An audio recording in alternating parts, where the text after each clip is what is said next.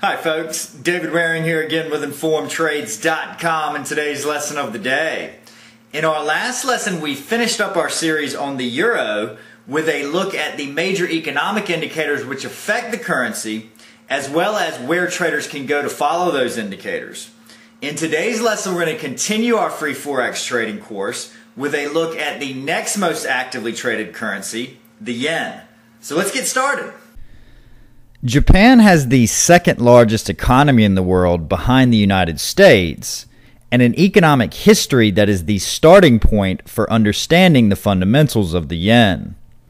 The first thing that is important to understand from a fundamental standpoint about the Japanese economy is that, unlike the United States, Japan has very few natural resources. As a result of this, prior to World War II, Japan had a large military force which it used to occupy Korea, Taiwan, and parts of China. The country saw this as necessary because of the vulnerable position that its lack of natural resources would have otherwise put it into. Like with Europe, however, World War II set the country back significantly from an economic standpoint, as according to Wikipedia.org, 40% of industrial plants and infrastructure were destroyed. While no one would obviously wish for that type of destruction, there is actually a silver lining in this for the Japanese economy. As so much of their infrastructure had been destroyed, this gave the Japanese the ability to upgrade it significantly, ultimately giving them an edge over the victor states, who now had much older factories. After World War II, the United States occupied Japan, which resulted in the building of a democratic nation that was dominated by industry instead of the military.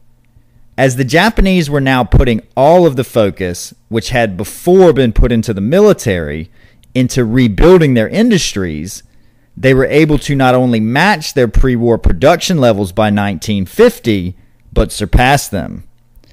In the decades that followed, Japan proved very competitive on the international stage, and its economic growth in the 60s, 70s, and 80s has been described as nothing short of astonishing.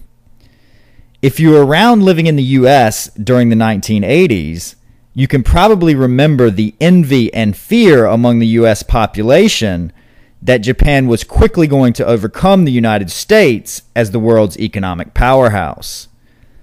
While I don't think there is any question that the quality of Japanese products and services has remained very high since the 1980s, unfortunately Japan's economy derailed in the early 1990s, culminating in the bursting of one of the most famous asset price bubbles in history. In the decades following World War II, the Japanese population had one of the highest savings rates in the world. As more and more money was being saved, this meant there was more money available for investment, making access to credit much easier than it had been in the past. As Japan's economy was and still is an export-oriented economy, the value of their currency also went up dramatically during that time. The combination of a strong economy, easy access to credit, and a strengthening currency made Japanese assets especially attractive. As its economy seemed unstoppable and newly wealthy Japanese saved more and more money, much of that capital flowed into the stock and real estate markets. As you can see from this chart, the stock market roared through the 1980s, almost quadrupling in value in 5 years. In the most expensive districts, according to Wikipedia.org, real estate prices reached as high as $139,000 per square foot. From the high of the stock and real estate markets in 1990, both markets made a slow and painful decline. It took until 2003 for the stock market to finally bottom, down from a top around 39,000 to a bottom of around 7,600. According to Wikipedia.org here again, prices for the most expensive commercial real estate properties stood at 1/100th of their pre-bubble bursting peak, and $20 trillion in wealth had been wiped out in the stock and real estate markets. While this may seem like a history lesson that is not relevant to us as traders, as we will learn in tomorrow's lesson, the effects of the Japanese asset price bubble on the yen are still being felt today, and therefore an understanding is necessary to know how today's market will react to different fundamental events. That's our lesson for today.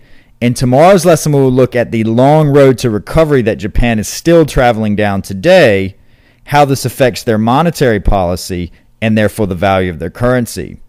As always, if you have any questions or comments, please feel free to leave them in the comment section below. And good luck with your trading.